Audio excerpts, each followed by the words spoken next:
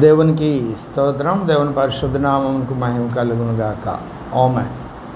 జీవము కలిగిన దేవుడు మన రక్షకుడైన యేసుక్రీస్తు వారి దివ్యనామమున అందరికీ వందనాలండి. మనము ఒక ప్రత్యేకమైన అంశం కొరకు ప్రతిష్ఠించుకున్నాం. 7 గురువారాలు ప్రత్యేకించుకొని దైవ సేవకులను ఆహ్వానించుకొని పరిశుద్ధాత్మ వరాలు పొందుకోవాలి, అభిషేకం పొందుకోవాలి అనేటువంటి ఆసక్తి కలిగి ఆలోచన కలిగి ప్రత్యేకించుకున్నాం. కొరింథీయులకు రాసిన మొదటి పత్రిక 14:12 ఏమన్నారు అంటే, మీరు ఆత్మ సంబంధమైన వరముల విషయమై ఆసక్తి గలవారు గనుక సంఘమునకు క్షేమాభివృద్ధి కలుగు నిమిత్తము అవి మీకు విస్తరించినట్లు ప్రయత్నము చేయుడి. ఏమి చేయాలి? ఆ ప్రయత్నమే మనం చేస్తున్నాం. ఆ క్రమంలో ఆయా దైవ సేవకులు మనం ఆహ్వానించుకొని వారి ద్వారా దేవుడు మనతో ఏం మాట్లాడినై ఉన్నాడో ఆశతో మనం ఎదురు చూస్తున్నాం. ఈ సమయాన్ని దేవుని సన్నిధిలో గడుపుతున్నాం. ఆ క్రమంలో మరి ఒక దైవ సేవకుడు ఈ స్థలంలో ఉండాలి. రాలేని కారణంగా నేను మీకు ఈ సమయంలో దేవుని వాక్యాన్ని పరిచయం చేయడానికి మీ ముందుకు వచ్చాను పరిశుద్ధాత్మ దేవుని సహాయంతో. కాబట్టి ఈనాటి ధ్యానాంశంగా పరిశుద్ధ గ్రంథం నుండి యెషయా ప్రవచన గ్రంథం 4వ అధ్యాయము 4వ వచనం చదువుకుందాం. యెషయా గ్రంథము 4వ అధ్యాయం 4వ వచనం నేను చదువుతున్న 4 నుండి 6 వరకు చివరి వరకు. తీర్పు తీర్చు ఆత్మ వలనను దహించు ఆత్మ వలనను ప్రభువు సియోను కుమార్తెలకున్న కల్మషము కడిగివేయినప్పుడు యెరూషలేమునకు తగిలిన రక్తమును దాని మధ్య నుండి తీసివేసి దాన్ని శుద్ధి చేయునప్పుడు సియోను కొండలోని ప్రతి నివాసము మీదను దాని ఉత్సవ సంగముల మీదను పగలు మేఘధూమములను రాత్రి అగ్నిజ్వాల ప్రకాశమును యెహోవా కలగచేయును. మహిమ అంతటి మీద వితానముండును. పగలు ఎండకు నీడగాను గాలివానకు ఆశ్రయముగాను చాటుగాను పర్ణశాల ఒకటి ఉండును. ఈ వాక్యము మన హృదయంలో ఫలించినట్లుగా చిన్న ప్రార్థన చేసుకుందాం. మా ప్రియ ప్రభువా, మీ పరిశుద్ధ లేఖనం చదువుకున్నాం నాయనా. ఆకాశం కంటే ఉన్నతమైనదిగా మీరు చేశారు మీ వాక్యాన్ని. పలకడానికి కూడా ఏ యోగ్యత లేని నన్ను మీరు కనికరించి మీ కృపను అనుగ్రహించి మీ సన్నిధిలో నిలవబెట్టుకొని అయ్యా మీ పక్షంగా నిలవబడడానికి నాకు సహాయం చేస్తూ ఉన్నారు. నేను తెగించి మీ పక్షంగా నిలవబడుతూ ఉన్నాను. నా శరీర ప్రాణాత్మలను మీ వశం చేసుకునండి. అగ్నితో పుట్టుము వేయండి. యజమానుడు వాడుకొందుకు అర్హమైన పాత్రగా నన్ను సిద్ధపరచి మీ చేతిలో భద్రపరచి పరిశుద్ధాత్మదేవ మీ శైలిలో మీ స్థాయిలో మీ ఆత్మకార్యం నాయందు మా అందరి యందు జరిగించమని బ్రతిమలాడి వేడుకుంటూ యేసుక్రీస్తు వారి దివ్యనామమున అడిగి వేడుకొని ప్రార్థన చేయుచున్నాం తండ్రి. ఆమేన్. ప్రభువునందు నాకు అత్యంత ప్రియమైన వారలారా, యెషయా ప్రవచన గ్రంథం మినీ బైబిల్ 66 పుస్తకాలు కలిగిన బైబిల్ గ్రంథంలోని యెషయా గ్రంథం 66 గ్రంథాలకి ప్రాతినిధ్యం వహిస్తోంది. అంటే మిగిలిన 65 పుస్తకాలలో ఏ ఏ అంశాలు ప్రస్తావించబడ్డాయో అవన్నీ కూడా యెషయా గ్రంథంలో కనపడతాయి.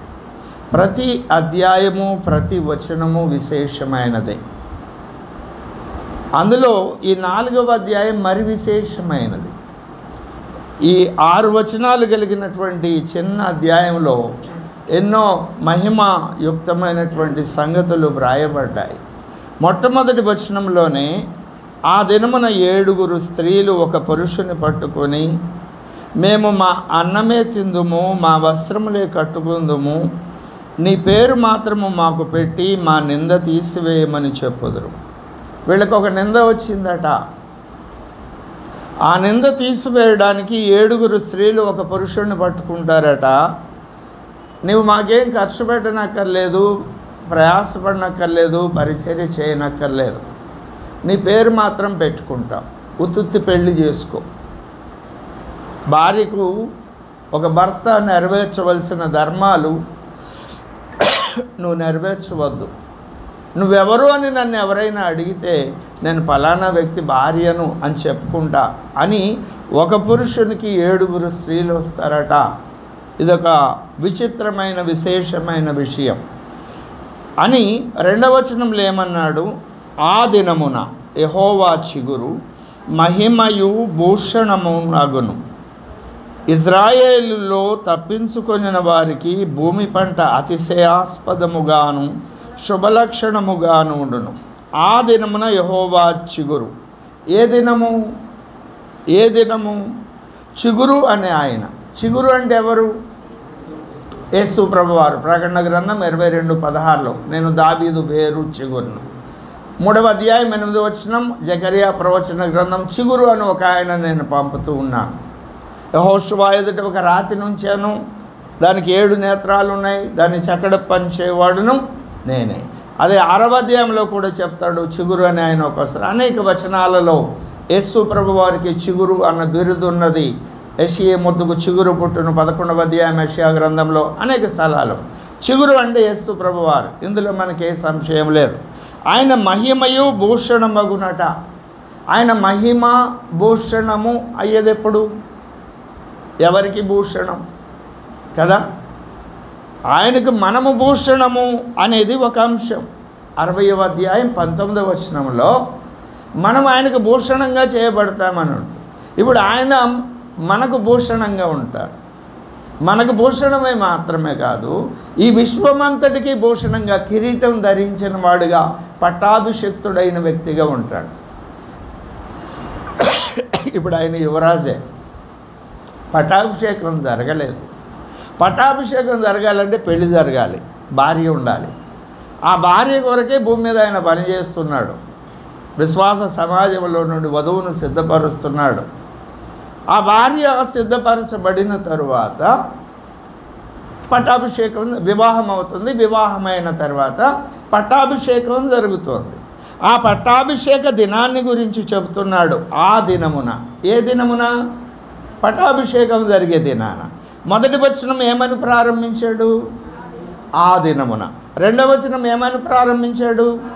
అంటే ఈ 2 విషయాలు ఒకే సందర్భానికి సంబంధించినవి. ఈ 2 వచనాలలో వ్రాయబడిన విషయాలు. మొదటి వచనంలో ఏమి రాయబడింది? 7 స్త్రీలు వచ్చి ఒక పురుషుని పట్టుకొని నీ పేరు మేము పెట్టుకుంటాం, మా నింద తొలగించమని బ్రతిమలాడిన దినము. ఈయన విశ్వానికి మహిమయు భూషణముగా అయ్యేటువంటి దినం ఈ 2 దినాలు ఒకటే అని ప్రస్తావించాడు. అని ప్రస్తావించి ప్రారంభించి 3వ వచనంలో సియోనులో శేషించిన వారికి, యెరూషలేములో నిలవబడిన వానికి, అనగా జీవము పొందుటకై యెరూషలేములో దాఖలైన ప్రతివానికి పరిశుద్ధుడని. ప్రభునందు నాకు అత్యంత ప్రియమైన వారులారా, లేఖనానికి ఎప్పుడు కూడా 1 కంటే ఎక్కువ వ్యాఖ్యానాలు ఉంటాయి. అది ప్రస్తుత పరిస్థితికి అన్వయించవచ్చు, లేదు అక్కడ వ్రాయబడిన అంశానికి సంబంధించి ఆ అంశానికి అన్వయించవచ్చు.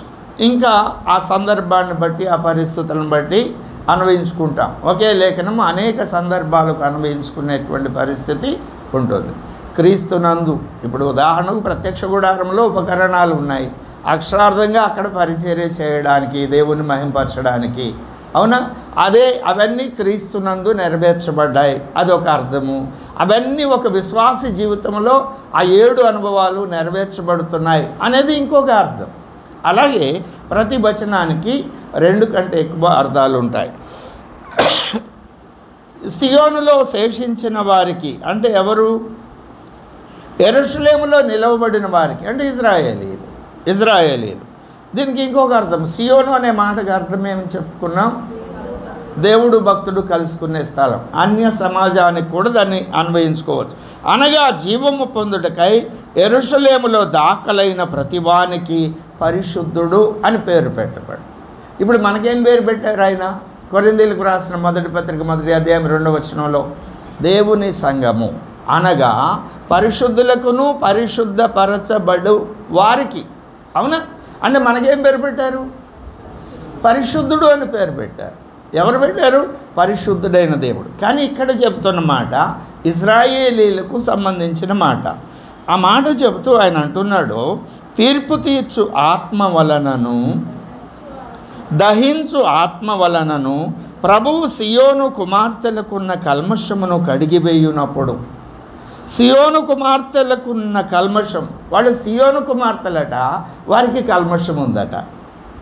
సియోను కుమార్తె అంటే దేవునితో మాట్లాడి దేవునితో కలిసి దేవుని ఆత్మచేత నింపబడి నడిపించబడేవారు. వారికి కల్మషం ఉన్నదట. వారి కల్మషమును కడిగివేయునప్పుడు యెరూషలేమునకు తగిలిన రక్తమును దాని మధ్య నుండి తీసివేసి దాన్ని శుద్ధి చేయనప్పుడు.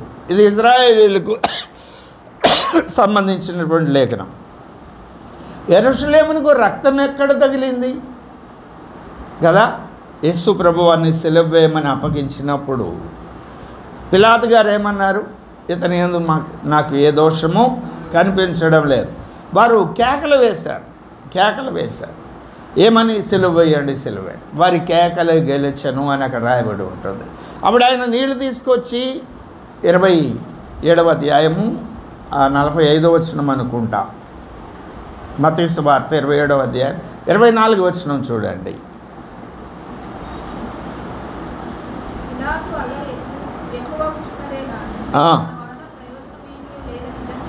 గ్రహించి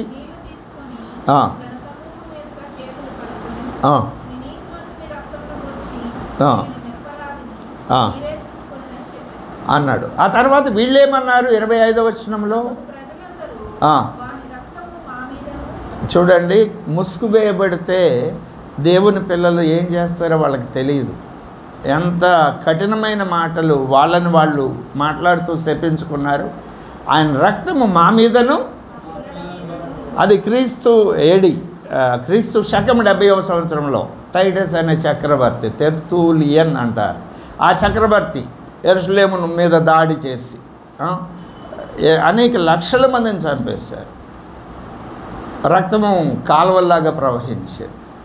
1900 సంవత్సరాలు ప్రపంచమంతా చెదిరిపోయారు. ఎక్కడ యూదులు కనబడితే అక్కడ చంపేశారు. జర్మన్ దేశంలో అయితే మరీ ఘోరం. హిట్లర్ ఆయన ఓ పెద్ద గోడౌన్స్లో వీళ్ళందరినీ పంపించేసి బట్టలు లేకుండా, అరే పశువులకి బట్టలు లేవు, మీకు మాత్రం ఎందుకు బట్టలు అని వందల మందిని వేల మందిని ఆ గోడౌన్లో పంపించేసి దానిలోనికి విషవాయువులను పంపి లాక్స్ ఆఫ్ పీపుల్ని చంపేశారు. స్ప్లెండర్స్ లిస్ట్ అని జ్ఞాపకం, దాని మీద ఒక పిక్చర్ తీశారు. నేను చూడలేదు, చెప్పగా విన్నాను. అది చూస్తే ఆడవకుండా ఉండలేము కదా. గన్ షూటింగ్ నేర్చుకోవాలంటే ఎలా నేర్చుకుంటారు? ఊరు బయటకు వెళ్ళి ఒక బోర్డు పెట్టి ఒక చొక్క పెట్టి అదే, లేకుంటే ఆకాశంలో ఎగిరే పక్షులను చూస్తూ షూట్ నేర్చు. కానీ జర్మనీలో ఈ యూదులు బయటకు వెళ్తుంటే ఏదో కిరాణా షాప్కి ఏదో సామాన్లు తెచ్చుకోవడానికి వెళుతుంటే వీడు అంటాడు, అరే యూదుడు బయటకు వచ్చాడు, నువ్వు షూటింగ్ నేర్చుకున్నావు కదా, సరిగా షూట్ చేస్తావో లేదో వాడిని కాల్చు అంటే కాల్ చేసేవారు. ఏమీ ఉండేది కాదు కేసు. అంత దుర్మార్గం. ఇంచుమించు 60 లక్షల మంది చంపబడ్డారు హిట్లర్ టైంలో. ఎందుకు? ఆ రక్తం, ఆ పరిశుద్ధ రక్తం మా మీదను మా పిల్లల మీద. దేవుని పరిచర్యకు విరోధంగా మాట్లాడితే, దేవునికి విరోధంగా మాట్లాడితే ఎంత ప్రమాదము. 1900 సంవత్సరాలు ప్రపంచమంతా చెదరగొట్టబడ్డారు. చివరికి 1948లో వారు ఒక దేశాన్ని ప్రకటించుకున్నారు. వాళ్ళ గురించి ఆయన ఆ రక్తం తగిలింది, వాళ్ళకు ఆ రక్తాపరాధం తగిలింది. వాళ్ళ గురించి అంటాడు ఆమోసు గ్రంథం 9వ అధ్యాయం 15వ వచనంలో,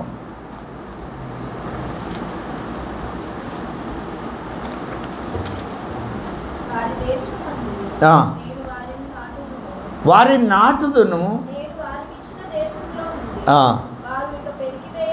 అది వాగ్దానం, ఇజ్రాయేలీలకి ఇచ్చిన వాగ్దానం 1948 తర్వాత వారు నాటబడ్డారు.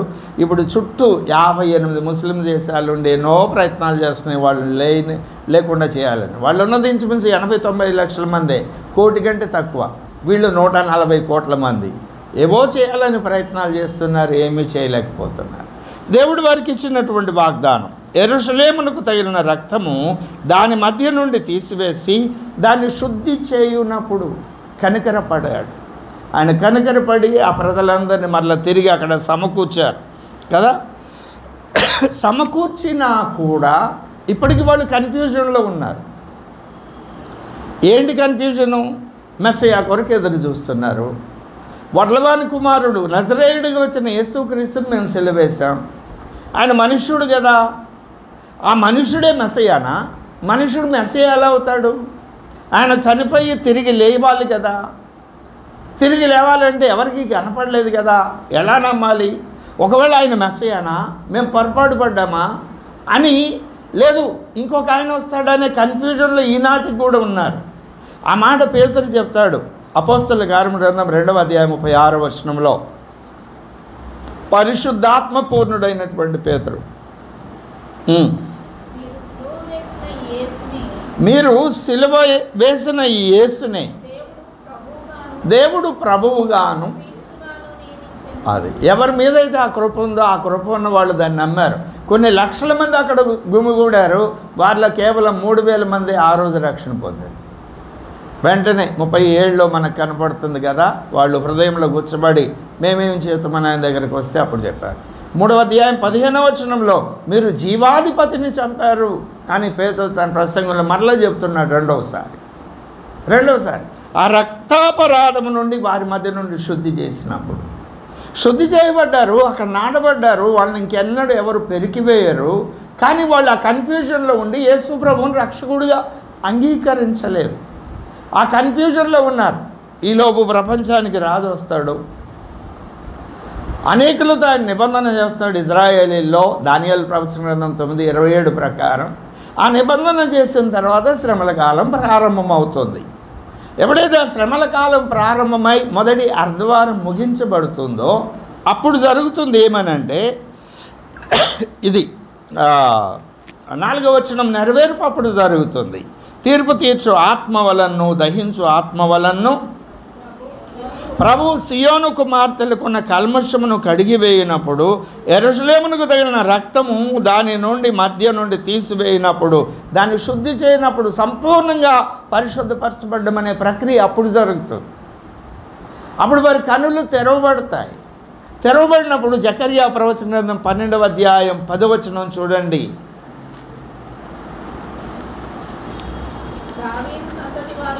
దావీదు సంతతి వారి మీదను యెరూషలేము నివాసుల మీదను కరుణ నొందించు ఆత్మను విజ్ఞాపన చేయు ఆత్మను నేను కుమ్మరింపగా, వారు తాము పొడిచిన వాని మీద దృష్టి ఉంచి, ఒకడు తన ఏక కుమారుని విషయమై దుఃఖించున్నట్లు, తన జ్యేష్ఠ పుత్రుని విషయమై ఒకడు ప్రలాపించున్నట్లు అతని విషయమై దుఃఖించుచు ప్రలాపింతురు. అప్పుడు జరుగుతుంది ఇది ఎప్పుడు? యెరూషలేము దండ్ల చేత చుట్టబడినప్పుడు, లోకసువార్త 21లో. అప్పుడు అరే మనం నిబంధన చేసుకున్నాం, హేమైన దాన్ని పరిశుద్ధ స్థలంలో పెట్టాడు, ఇతను మెస్సయా కాదు అని తిరుగుబాటు చేయడానికి పూనుకున్నప్పుడు ప్రపంచాధినేత అయినటువంటి క్రీస్తు విరోధి యెరూషలేమును దండ్ల చేత చుట్టుముడతాడు. అప్పుడు వీళ్ళందరినీ కూడా ఒక రహస్య ప్రదేశంలోనికి తీసుకువెళ్ళి భద్రపరుస్తాడు. ఆ భద్రపరిచినప్పుడు ఎలా ఉంటుందో 5వ వచనం చెప్తుంది, యెషయా గ్రంథం 4:5. సియోను కొండలోని ప్రతి నివాస స్థలము మీదను దాని ఉత్సవ సంఘముల మీదను అప్పుడు వారి కన్నులు తెరవబడ్డాయి. మెస్సయాను గుర్తుపట్టారు, హృదయం సంతోషంతో ఆనందంతో కన్నీరు విడిచారు. ఏకకుమారుని కొరకు ప్రలాపించినట్లు ప్రలాపించారు. వారికి దేవునితో సమాధానం దొరికింది, సంతోషం ఆనందం వారి హృదయాల్లో నింపబడింది. అప్పుడు ప్రతి నివాస స్థలం మీదను దాని ఉత్సవ సంగముల మీదను పగలు మేఘ ధూమములను రాత్రి అగ్నిజ్వాల ప్రకాశమును యెహోవా కలగచేయను. ఇదే సన్నివేశం ఇంతకుముందు ఎక్కడో జరిగింది, గుర్తుందా? ఇజ్రాయేలీలను ఐగుప్తులో నుండి బయటకు తీసుకొచ్చి వాగ్దాన భూమికి నడిపించిన కాలఘట్టంలో ఏ వసతులు పొందారో, దేవుని దగ్గర నుండి ఏ వనరులు పొందారో అవన్నీ కూడా వాళ్ళకు ఉంటాయి. దేవునికి స్తోత్రం చెప్దామా? ప్రకాశమును యెహోవా కలగ చేయను. అవునా? మరి ఇప్పుడు ఇంత టెక్నాలజీ పెరిగిన రోజుల్లో ఇజ్రాయేలీలు ఆ ప్రభుత్వానికి వ్యతిరేకంగా ఉంటే కనుక్కోవడం కష్టమా? కొన్ని లక్షల మందిని వారికి కనిపించకుండా వారిని భద్రపరిచి వారిని 3.5 సంవత్సరాలు ఇంచుమించు పోషిస్తాడు ప్రభు. అప్పుడు వాళ్ళని ఎలాగో కాపాడాడో వీళ్ళని అలా కాపాడుతాడు, అలా కాపాడుతాడు. ఈ మాట మీరు మనసును పెట్టండి. అయితే అక్కడ ఒక విశేషమైన మాట కనపడుతుంది. మహిమ అంతటి మీద వితానం ఉండును. మహిమ అంతటి మీద. ఈ మహిమ ఎవరిది? ఇజ్రాయేలీలు, దేవుని సంఘానికి ఇవ్వబడిన మహిమ. మహిమ అంటే అర్థం ఏమిటి? దేవుని నామం. 33, 34, 6, 7 వచనాలు నిర్గమకాండం. అంటే ఆయన నామమును నేను ప్రకటిస్తాను అని చెప్పి ఆయన మహిమను గురించి చెప్తూ ఆయన గుణలక్షణాలన్నీ చెప్తారు. ఆయన తీర్పు తీర్చే విధానాన్ని గురించి చెప్తారు. ఆ మహిమను ఈ సంఘం కలిగి ఉన్నది. ఈ సంఘము మహిమను పొందుకున్నది. ఈ మహిమ అంతటి మీద వితానం. వితానము అంటే అర్థం ఏమిటి అంటే, మీరు డాక్టర్స్ని అడగండి, మనం ఈ ఛాతీ భాగం పైన ఈ క్రింద జీర్ణ వ్యవస్థ ఉన్నటువంటి ఈ భాగం, ఈ రెండింటికి మధ్య ఒక పొర ఉంటుంది. దాన్ని ఉదర వితానము అంటాం.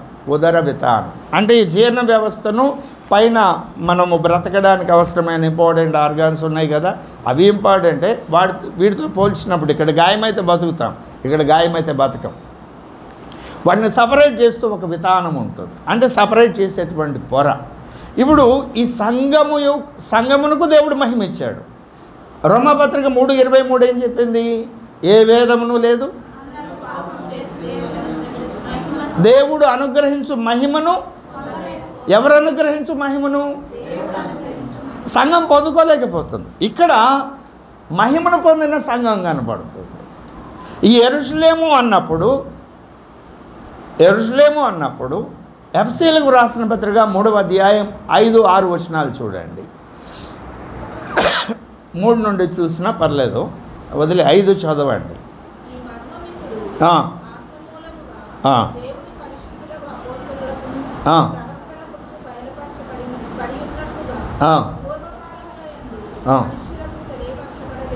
ఏమిటా మర్మం?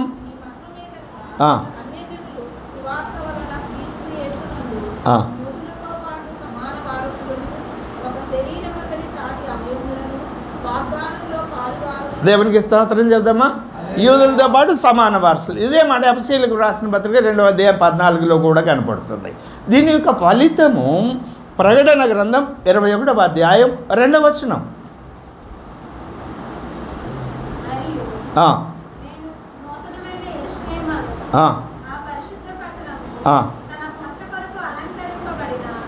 యెరూషలేము భర్త కొరకు అలంకరింపబడిన కదా. ఎవరావిడ? పెళ్లి కుమార్తె. ఆమెకేం పేరు పెట్టాడు? ఇదే మాట ఇంకా స్పష్టంగా 9వ వచనంలో చెప్తాడు. 9-10 వచనాల్లో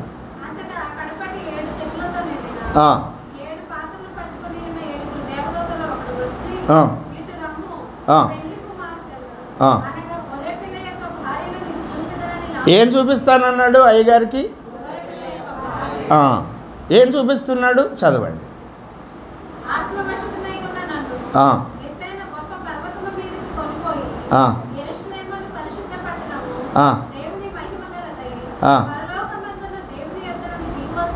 ఏం చూపిస్తానని తీసుకెళ్ళాడు అయ్యగారిని కొండ మీదకి? ఆత్మోషుని చేసుకొని పెళ్లి కుమార్తెని. ఏం చూపిస్తున్నాడు? ఇప్పుడు మనం చదివిన యెషయా 4లో యెరూషలేము కుమార్తెలకు ఉన్న కల్మషం, సియోన్లో ఉన్న వారి యొక్క కల్మషం, దహించు ఆత్మ వలనను ప్రభు సియోను కుమార్తెలకు ఉన్నటువంటి కల్మషమును తీర్పు తీర్చు ఆత్మ వలనను కడిగివేయినప్పుడు అప్పుడు ఈ వచనం మనకు కూడా వర్తిస్తుందా లేదా? తీర్పు తీర్చు ఆత్మ వలన మనల్ని ఎప్పుడు కడుగుతున్నాడో చెప్పండి. ఎప్పుడు కడుగుతున్నాడు? ప్రతి ఆదివారం ప్రభు బలలో. ఎలా? తీర్పు తీర్చు ఆత్మ అంటే 28వ అధ్యాయం యెషయా గ్రంథం 6వ వచనంలో తీర్పు తీర్చు నేర్పు ఆత్మను మనకు అనుగ్రహించి. మనకు మనం తీర్పు తీర్చుకోవడం నేర్పుతున్నాడు. మనం ఎప్పుడైతే యథార్థంగా పక్షపాతం లేకుండా మనకు మనం తీర్పు తెచ్చుకున్నాం, ప్రభువా నీకు విరోధంగా ఈ మాట మాట్లాడా. సాకులు చెప్తే సాకులు చెప్పే వాళ్ళ సంగతి అలాగే ఉంటుంది. ఆయన హృదయమును అంతరింద్రియములను ఎరిగిన దేవుడు. యథార్థంగా నువ్వు ఇక్కడ ఒప్పుకుంటే పరిశుద్ధాత్మ దేవుని సహాయాన్ని తీసుకొని నువ్వు ఒప్పుకున్న ప్రతి పాపము యోహాను వ్రాసిన మొదటి పత్రిక 1వ అధ్యాయం 9 ప్రకారం క్షమించబడుతుంది. ఆయన రక్తం మనల్ని పవిత్రపరుస్తుంది. అప్పుడు ఈ వచనం అక్కడ యెరూషలేములో ఉన్నటువంటి ఇశ్రాయేలీలకే కాదు, ఇక్కడ కూర్చున్న నాకు నీకు మనందరం క్రీస్తు రక్తం చేత కడగబడిన మనందరిని కలిపి మనము పక్షపాతం లేకుండా తీర్పు తీర్చుకొని ఆయన దగ్గర ఒప్పుకుంటే ఆయన మనకు మహిమనిస్తున్నాడు. రోమా 3:23లో మహిమ, దేవుడిచ్చే మహిమను పొందలేని ప్రజా సమూహం ఉన్నది. ప్రకటన గ్రంథం 21:10లో మహిమ పొందిన సంఘం ఉంది. దాని గురించే ఎఫెసీయులకు రాసిన పత్రిక 5వ అధ్యాయం 25-27 వచనాలు కలిసి ఉన్న భాగంలో ముడతైను కళంకమైన మరి అటుదేదైను లేని పవిత్రమైన పరిశుద్ధమైన ఏ సంఘము? ఇది మహిమ పొందిన సంఘం. మహిమ పొందిన సంఘముగాను ఆయన తన ఎదుట దానిని నిలవబెట్టుకున్న వాళ్ళని. ఆయన ఎక్కడున్నాడు? సింహాసనాసీనుడై. ఆయన చుట్టూ ఎవరున్నారు? 24 పెద్దలు. వారి చుట్టూ ఎవరున్నారు? కోట్ల కొల దూతలు. వారందరి మధ్య ఈ సంఘాన్ని, ఈ నల్లపిల్లని నిలవబెట్టి, అవునా నా సంఘం అంటాడు. ఆమెకు మహిమనిచ్చాడు. ఆ మహిమ మీద ఒక పొరను ముసుకును కప్పాడు. అందుకే క్రైస్తవ వివాహాల్లో పెళ్లి కుమార్తెకు ముసుగు వేస్తారు. ముసుగు వేయడం అంటే దానిలో చాలా విశేషం ఉంది. ముసుగు వేసినప్పుడు ఏదో దుప్పటి కప్పినట్టు కప్పేయడం కాదు, దేవుని మహిమను కనపరిచే విధానం కనపడాలి. అంటే పెళ్లి కుమార్తెకు ఒక కిరీటం పెట్టాలి.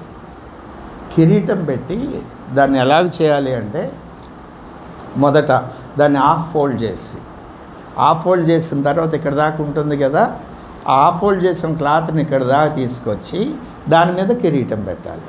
కిరీటం పెట్టి ఒక లేయర్ను తీసుకొచ్చి ముందుగా ముసుగువేయాలి. ఇది నేను ప్రతి చిన్న విషయాన్ని జాగ్రత్తగా పట్టించుకోవాలి. వివాహం అంటే ఆ మాటకు అర్థం ఏమిటి అంటే పరమవరుడైన యేసునాథునికి జరగబోయే ఆ వివాహాన్ని ఈ వివాహ ఘట్టంలో చాలా స్పష్టంగా మనం చూపించాలి. 30 నిమిషాల్లో పెళ్ళిళ్ళు అయిపోతున్నాయి, గంటల పెళ్ళిళ్ళు అయిపోతున్నాయి, ఒక క్రమం ఉండదు, పద్ధతి ఉండదు. క్రైస్తవ వివాహం దానికి వెళ్ళి మనం వెళ్ళి చప్పట్లు కొట్టేస్తాం, ఫుల్గా తినేసి వస్తాం. అయ్యో అని బాధపడడం. నశించిపోతున్న ఆత్మను చూసినప్పుడు మన హృదయం వేదంతో. కానీ దేవుని సంఘంలో దేవుని చిత్తానికి వ్యతిరేకంగా జరుగుతున్న విషయాలను చూసినప్పుడు ఆత్మను మూలగం, ఆ బాధ ఉండదు. అయ్యా నీ ధర్మశాస్త్రమును అనుసరించి నడవని వారిని నేను చూసినప్పుడు నా హృదయం మండుతుంది అంటాడు 119వ కీర్తన 57వ వచనమని జ్ఞాపకం. అవునా? ఆ వేదన ఉండదు. ఆ కిరీటం పెట్టి, కిరీటము క్రింద ఆ క్లాత్ ఉండాలి. కిరీటం పెట్టిన తర్వాత ముసుగు ఒక లేయర్ తీసి ముందు వేయాలి. అప్పుడు వెనక ఒక లేయర్, ముందు ఒక లేయర్. అవును కదా? ఆ తర్వాత పెళ్లి కుమారుడు వచ్చి ఈ ముసుగును తీసి పైకి వేస్తే ఏం కనపడుతుంది? కిరీటం ఏమిటి? అధికారానికి సూచన. ఆ కిరీటం మనకు ఎవరిచ్చారు? ప్రభు. దాని పేరేమిటి? మహిమ. ఇదిగో ఈ వ్యక్తి క్రీస్తును ధరించుకున్న వ్యక్తి. ఈ వ్యక్తి ఎవరికి చెందిన వ్యక్తి అంటే జరిగిపోయిన విషయాలు మనకు తెలియదు, దేవుడు బయలుపరిచినప్పుడు ఇవన్నీ కూడా మనం గుర్తుపెట్టాలి. ఒక పిక్చర్ మనం చూసాము, ఎక్కడికైనా వెళ్ళాము, అక్కడ జరుగుతున్న దైవ కార్యం అని పేరు పెట్టి జరుగుతుంటే అది దేవుని చిత్త ప్రకారం జరుగుతుందా లేదా? విజయకుమార్ వాక్యం ప్రకటిస్తుంటే వాక్యాన్ని వాక్యంతో వివరిస్తున్నాడా, సొంత మాటలు చెప్తున్నాడా? నువ్వు గుర్తుపట్టాలి. అది తీర్పు నువ్వు తీర్వాలి. బరియా సంఘస్థల తీర్పు తీరిస్తే వారిని ఏమన్నాడు పరిశుద్ధాత్మ దేవుడు? అలా కాకపోతే అయోమయం బ్యాచ్ని పెళ్లి చేసుకుంటారా ఎవరైనా? ఆయన విశ్వాధిపతి, అవును కదా? ఆ కిరీటం. ఇప్పుడు ఎందుకు ఈ ముసుగును గురించి చెప్తున్నానంటే వితానముండును. ఇక్కడ 2 విషయాలు. ఒకటి, మహిమ పొందిన సంఘము మీద వితానం ఉంటుంది, సంఘము పొందిన మహిమ మీద వితానం ఉంటుంది. మహిమ పొందిన సంఘము మీద వితానం ఉంటుంది, సంఘము పొందిన మహిమ మీద వితానం ఉంటుంది. రెండు పనులు కదా. ఒకటి మహిమ పొందిన సంఘము మీద, రెండో కిరీటం పెట్టిన తర్వాత అది మహిమ కదా, దాని మీద వితానం ఉంటుంది. వితానం ఉంటే ముసుకుంటే కనపడతామా? పెళ్లి కూతురికి ఎందుకు ముసుకేస్తారు? పెళ్లి కొడుకు వేస్తే ఏమవుతుంది? ఊహించుకోండి ఎంత అసహ్యంగా ఉంటుంది.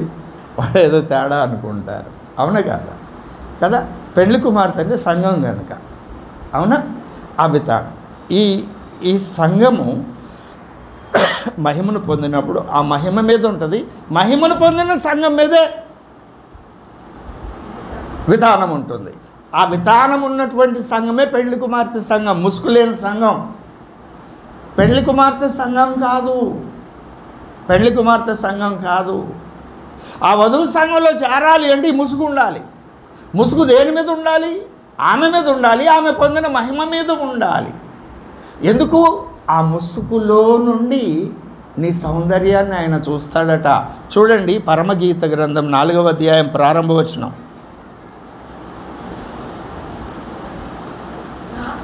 ఎంత చక్కగా పిలుస్తున్నాడు.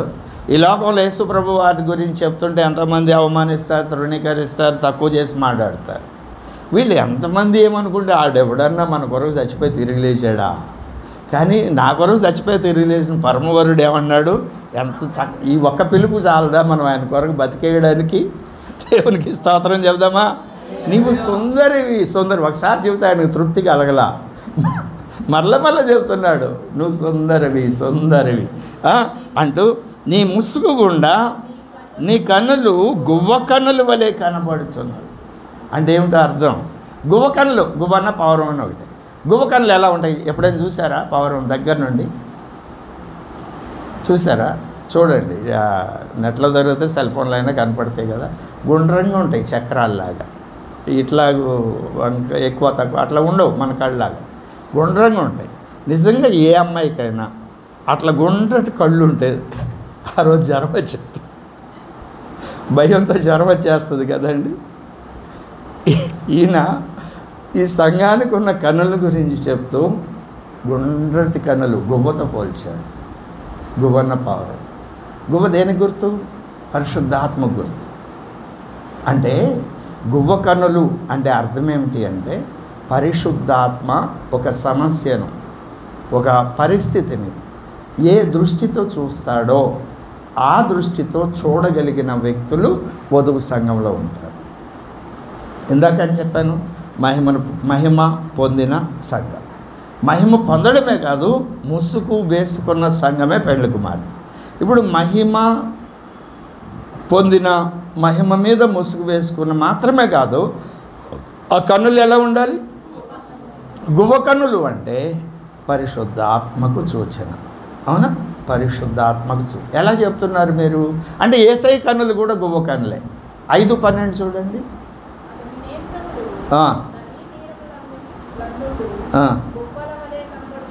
ఆయన కన్నులు గువ్వలే అనేసాడు, ఇక్కడేమో గువ్వ కన్నులు అన్నాడు. గువ్వ కన్నులకి గువ్వలకి తేడా ఏమిటి? ఆయన సంపూర్ణంగా పరిశుద్ధుడు, పరిశుద్ధాత్మ పూర్ణుడు, వశుడు. అవునా? ఇప్పుడు దీన్ని మనం పరిశుద్ధాత్మతో పోలుస్తున్నాం కదా. ఎలా పోలుస్తున్నాం? ఎలాగూ పోల్చడానికి మనకున్న లేఖనాధారం ఏమిటి? జ్ఞాపకం ఉందా? మర్చిపోయారు. ప్రకటన గ్రంథం 5వ అధ్యాయం. 7 కన్నులు ఉన్నాయి. 7 కన్నులు భూమి అన్నంతటికి పంపబడిన 7 ఆత్మ.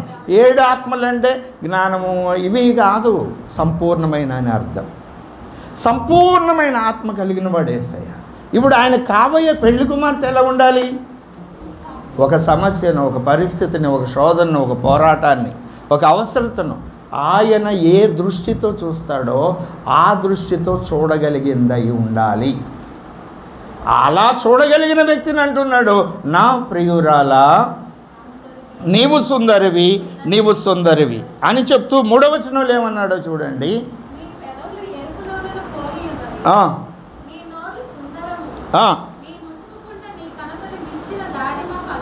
అంటే అప్పటికి ఈవిడ ముసుగేసుకునే ఉంది. ముసుగేసుకున్న ఆమెను ఈయన ఏం చూస్తున్నాడు? నీ ముసుగు గుండా నీ కణతలు విచ్చిన దాడిమ ఫలము వలె అగబడుచున్నవి. దేని గుండా చూస్తున్నాడు అయ్యగారు అమ్మగారిని? ముసుగు గుండా చూస్తున్నాడంటే ఈ ముసుగులు ఏమన్నా రంధ్రమైన ఉండాలి, లేకుంటే ఆ మహిమతో నింపబడిన దాని మీద కప్పబడిన విధానంలో నుండి చూడగలిగిన శక్తి ఆయనకు ఉండాలి. అవునా? అవునా? ఈ మాట మీరు మనసుని పెట్టండి. ఆయన కోరుకున్న పెళ్లి కుమార్తె ఎలా ఉంటుందో చెప్తున్నాడు. ఇజ్రాయేలీల గురించి చెప్తూ వారి మీద విధానం ఉంటుంది. FC 3:6 ప్రకారం మనం అందులో ఉన్నాం. ప్రకటన 21:10 ప్రకారం మనం దానిలో ఉన్నాం. కాబట్టి వారికి మనకి ఈ లేఖనాలు అవసరమైనవి. ఇవి పరిశుద్ధాత్మదేవుని సహాయంతో జరిగేటువంటి కార్యాలు. ఆయన ఇచ్చే మహిమను పొందుకోవడం, అంతేకాదు ఒక సమస్యను, అవసరతను, ఒక పరిస్థితిని ఆయన ఏ దృష్టితో చూస్తున్నాడో ఆ దృష్టితో చూడడం వధువు సంఘంకు ఉండవలసిన మరి ఒక ప్రాముఖ్యమైన లక్షణం. అయితే ముసుగు గుండా ఆమెను చూసినప్పుడు ఆమె ఎలాగుందట నీ కణతలు దేనికి గుర్తు? వాడు తెలివైనోడండి అని ఇలా కొడతారు. వాడు తెలివైనోడండి అని ఇక్కడ కొడతాడు, ఇంకెక్కడ కొట్టడు. కొడితే ఏదో అర్థం వస్తుంది, ఇక్కడ కొడితేనే వాడు తెలివైనోడండి. అవునా? అంటే జ్ఞానానికి గుర్తు. ఈమె ఏ ప్రత్యేకతను ఇక్కడ కలిగి ఉంది? అక్కడ పరిశుద్ధాత్ముడు ఒక పరిస్థితిని ఎలా చూస్తాడో అలా చూడగలిగింది. అంతేకాదు ఎలా ఆలోచిస్తాడో, ఆయన ఏ జ్ఞానంతో ఆలోచిస్తాడో ఆ జ్ఞానాన్ని కలిగి ఉన్నది. చాలామంది అంటారు పరిశుద్ధంగా బ్రతికితే చాలండి, ఈ జ్ఞానం ఎందుకు, ఈ సిద్ధాంతపరమైన చర్చలు ఇవన్నీ ఎందుకు? దేవుడికి పాపం తెలియదు ఆ విషయాలు కదా. చిన్నపిల్లలు లాంటి వాళ్ళనేం మనం తృణీకరించి మాట్లాడడం లేదు, కానీ దేవుని లేఖనం చెప్తున్న వధువు సంఘంలో ఉండే వారి లక్షణాలు, అందులో పరిశుద్ధాత్ముడు చేసేటువంటి కార్యాల గురించి చెప్తున్నాను. దాడిమ్మ ఫలమట. ఆ దాడిమ్మ ఫలమట ఎలా ఉందట? విచ్చిన దాడిమ్మ ఫలమట. విచ్చిన దాడిమ్మ ఫలం. దాడిమ్మ అంటే దానిమ్మ పండు. ఎప్పుడైనా దానిమ్మ పండును పై చర్మం నీట్గా వలిచి కట్ చేసి ఇలా ఓపెన్ చేస్తే ఎలా ఉంటాయి? దాని లోపల ఉన్నటువంటి గింజలు ఏమండి ముత్యాలాగా ఉంటాయి. కరెక్టే. ఇంకా ముత్యాలు, రత్నాలు, ఇంకేదైనా చెప్పండి, అవి బాగానే ఉంటాయి. కానీ ఎలా ఉంటాయి? ఒక క్రమంలో ఉంటాయి, ఒక ఆర్డర్లో ఉంటాయి. నువ్వు కేవలము దేవుని యొక్క జ్ఞానాన్ని కలిగి ఉండడమే కాదు, ఆ జ్ఞానము క్రమబద్ధమైన రీతిలో అమర్చిన అనుభవాన్ని కలిగి ఉండాలి. అది నిన్ను నువ్వు కట్టుకునే విషయంలో, నీ కుటుంబాన్ని కట్టుకునే విషయంలో, ఒక దేవుని సంఘం కట్టబడే విషయంలో ఒక క్రమం ఉండాలి. ఆరాధన ఎలా జరగాలి? ఒక క్రమం ఉండాలి. ఎలా పడితే అలా కాదు. బల్ల ఇవ్వాలి. ఎప్పుడు ఇవ్వాలి? బల్ల ఇవ్వకముందు ఏం జరగాలి? బల్ల మూడవ ఉపకరణం, ముందు 2 ఉపకరణాలు, బలిపీఠము, ఇత్తడి గంగాళం, అయిన తర్వాత బల్ల, అయిన తర్వాత అభిషేకం, దీపవృక్షం, ఆ తర్వాత ధూపవేదిక, స్తుతి, ఆరాధన, అర్పణ, ప్రకటన, వాటెవర్ ఇట్ మే బి. ఆ తర్వాత మందస్సంలో ఏముంది? దేవుని వాక్య సారాంశం. ఆ పైన ఏమున్నది? కరుణాపీఠం. అక్కడ దేవుడు నీతో మాట్లాడాలి. ఒక ఆరాధన జరిగితే దానికి ఒక క్రమం ఉంది. ఎడబడితే అట్ట చేసేది ఆరాధన కాదు. ఇప్పుడు అన్ని 1.5-2 గంటలు టెంపుల్స్ అని పేరు పెట్టుకొని రోజుకు ఒక 5-6 కూటాలు పెట్టేసి వెళ్ళేవాడు ఆ 1.5 గంట లేట్గా వెళ్తాడు. వెళ్ళాను వచ్చాను. నేర్చుకునే ఆసక్తి లేదు. వాళ్ళని చూసి బాధపడడం తప్ప వాళ్ళని మనం విమర్శించి ఉపయోగం లేదు. వాళ్ళు మోయబడ్డాయి వాళ్ళ కన్నులు. కానీ వధువు సంఘంలో ఉండే వ్యక్తికి జ్ఞానం ఉండాలి. ఆ జ్ఞానము క్రమబద్ధమైన రీతిలో అమర్చుకునే విధానం ఉండాలి కదా. ఈ జ్ఞానమును కలిగి ఉండాలి. పరిశుద్ధాత్మ దేవుడు ఎలా చూస్తున్నాడో అలా చూసే అనుభవం కలిగి ఉండాలి. నువ్వు అలాగూ పరిచర్య చేస్తున్నప్పుడు ఆయన నీకు మహిమ ఇచ్చాడు. ఆ మహిమ మీద ముసుగు ఉండాలి. ముసుగు ఉండడము అంటే అర్థం ఏమిటి? మరుగై ఉండడము, నిన్ను నువ్వు కనుపరుచుకోకపోవడము. పాస్టర్ గారు నా పేరు చెప్పాలా మైక్లో, ముసుగుందా లేదా? నేను ఎంత కష్టపడుతున్నా నన్ను పట్టించుకోవట్లేదు, ముసుగుందా లేదా? ఈ పాస్టర్ గారికి అండి బొత్తిగా ఇంగిత జ్ఞానం లేదు. సీరియస్గా పనిచేసే వాళ్ళని పట్టించుకోడు, కానీ వచ్చి మాయమాటలు చెప్పేవాళ్ళని నమ్ముతాడు. పాస్టర్ గారికి తెలియదంటవా ఎవడు మాయమాటలు చెబుతున్నాడో, డబ్బా కబుర్లు చెబుతున్నాడో, ఎవడు యథార్థంగా పనిచేస్తున్నాడో? ఆయన ఆత్మోషుడు అయితే ఖచ్చితంగా తెలుస్తుంది. నన్ను పట్టించుకోవట్లేదు కాబట్టి నేను చెయ్యను, అలిగే బ్యాచ్ ఉండదు. వాళ్ళు ఏమనుకుంటారంటే ఈయన వచ్చి బతిలాడాలని. పసిపిల్లలు లాంటి వాళ్ళు అయితే బతిలాడతారు. ఆత్మీయంగా ఎదిగిన వాళ్ళైతే బెత్తంతో రావాలా, ప్రేమిస్తాడు కనుక పరిశుద్ధాత్ముడు ఒకసారి నీలోకి వచ్చినాక ఆయన వెళ్ళిపోడు. నువ్వు ఎన్ని తింగర పనులు చేసినా నీ మీద అల్లాడుతూనే ఉంటాడు. లోబడితే ఈ మహిమను అందిస్తాడు. తింగర పనులు చేసి దెబ్బలు తినే వ్యక్తిగా ఉంటావా, లేకుంటే లోబడి విధేయతను చూపించి ఆ మహిమ చేత నింపబడే వ్యక్తిగా ఉంటావా? ఆ మహిమ చేత నువ్వు నింపబడే కొలది పరిశుద్ధాత్మ దేవుడు ఏ మనస్సు కలిగి ఉన్నాడో ఆ మనస్సు క్రీస్తు యేసు కలిగి ఉన్నాడో క్రీస్తు యేసును కలిగిన మనస్సు నీకు వస్తుంది. అప్పుడు ఆ సందర్భాలను నువ్వు ఆయన చూసినట్లు చూడగలుగుతావు. దాని పరిష్కారం మీ కొరకు ముందుగా సిద్ధపరిచిన సత్క్రియలు చేయుటకై ఆయన చేసిన సృష్టి నీవు అప్పుడవుతావు. ఆయన చేస్తున్న చేతి పని అప్పుడవుతావు. ముసుగు లేకుండా కానే కాదు. ఈనాడు చాలామంది జ్ఞానం కలిగిన వాళ్ళు ఉన్నారు, దేవుని చేత మహింపరచబడిన వారు ఉన్నారు. కానీ ముసుగు ఉండదు, పబ్లిసిటీ కావాలి. మన గురించి మనం చెప్పుకోకపోతే ఎవడొస్తాడండి మన దగ్గరికి? అంటే వచ్చిన వాళ్ళందరూ నీ తెలివితేటలు చూసి, నీ జ్ఞానం చూసి వచ్చారా, నీ అందం చూసి వచ్చారా? దేవుడు నడిపిస్తే వచ్చాడు. ఆ జ్ఞానం ఉంటే వాళ్ళ కొరకు ఏడవాలి, రోదన చేయాలి, పెండ్లి కుమార్తెగా సిద్ధపరచబడడానికి వాళ్ళ కొరకు ఏమేం చేయాలో సేవకుడు చేయాలి. లోబడిన వాళ్ళని లోబడినట్టు, విధేయత చూపించిన వాళ్ళు విధేయత చూపించినట్లు, వాళ్ళు ఏ అంతస్తుల్లో ఉన్నారో ప్రతి ఒక్కరిని పట్టించుకుంటూ వారికి ఏది పెట్టాలో ఏమంటారు దాన్ని, చిన్నపిల్లలకి పెట్టే ఫీడింగ్, అది పౌడర్ అమ్ముతారు కదా, అదే సెర్లాక్ పెట్టాలా, లేకుంటే బియ్యము వేయించి పొడి చేసి పెట్టాలా, లేకుంటే అన్నం పెట్టాలా, పాలతో పెట్టాలా, లేకుంటే ఘనాహారం మటన్ పెట్టాలా, పలావ్ పెట్టాలా, వాళ్ళ ఆత్మీయ ఎదుగుదలను బట్టి ఆ తల్లికి తెలుసు, సేవకుడికి తెలుసు ఎప్పుడే వర్తమానం చెప్పాలి, ఎలా చేయాలని. ఈ మాటలు మీరు మనసును పెట్టండి. నేను మీకు పరిచయం చేస్తున్న అంశము యెషయా గ్రంథం 4వ అధ్యాయంలో విశ్వ చరిత్ర ఉంది. యెషయా గ్రంథం 4వ అధ్యాయంలో ప్రపంచంలో మానవ సమాజం యొక్క చరిత్ర ఉంది. యెషయా గ్రంథం 4వ అధ్యాయంలో సంఘ చరిత్ర ఉంది. యెషయా గ్రంథం 4వ అధ్యాయం 6 వచనాలలో ఒక వ్యక్తి యొక్క విశ్వాసి యొక్క చరిత్ర ఉంది.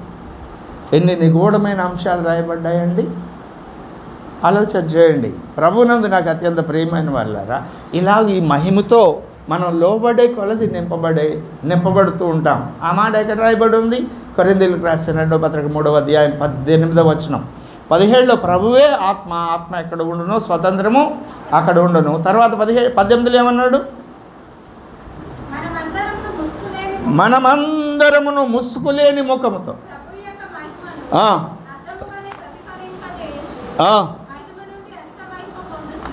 మహిమ నుండి అధిక మహిమను పొందుచు.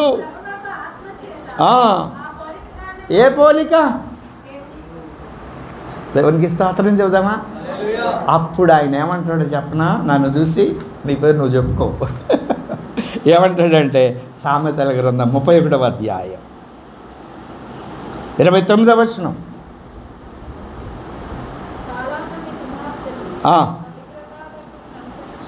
చాలామంది కుమార్తెలు పతివ్రతా ధర్మమును అనుసరించి ఉన్నారు, కానీ వారందరినీ నీవు మించిన దానివని ఆమె పెనిమిటి. దేవునికి స్తోత్రం చెబుదామా? ఎవరా పెనిమిటి? నా యేసయ్య నన్ను పొగుడుతాడు. 31వ వచనం. ఇయ్యదగును గౌనుల యొద్ద ఆమె పనులు ఆమెను భర్త గారు పొగుడుతాడు, ఊర్లో వాళ్ళు పొగుడుతారు. తర్వాత 28 వీళ్ళెవరు? ఆమె కుమారులు. చెప్పండి, తప్పైన పర్లా, నేనున్నా. ఎవరు ఆమె కుమారులు? సంఘం యొక్క కుమారులు. ఏమండి ఏదో చెప్పారు, నాకు అర్థం కాల, మళ్ళీ చెప్పారు. తప్పైన పర్లా, సంఘం యొక్క కుమారులు సంఘం కాదు. ఈ సంఘం ఏమైంది? వరుడైన యేసుకు వధువైంది. వారిద్దరు వివాహం జరిగింది. వారిద్దరు వివాహం జరిగినాక ఏం జరుగుతుంది? 87వ కీర్తన ప్రకారం నూతన సృష్టి చేస్తారు వీళ్ళు. ఆ నూతన సృష్టిలో ఆమె ద్వారా సృష్టించబడినటువంటి భక్త సమాజాలు వారు ఈమెను పొగుడుతారు. ఇప్పుడు ఈవిడ ఘనత భూమి మీద నేనా? ఇక్కడ మహిమనిచ్చాడు, ముసుగు వేసుకోవాలి. అక్కడికి వెళ్ళినా కూడా ముసుగు వేసుకోవాలి. అలా ముసుగు వేసుకొని ఉంటే తన భర్త పొగుడుతారు, విశ్వలోక పౌరులు పొగుడుతారు.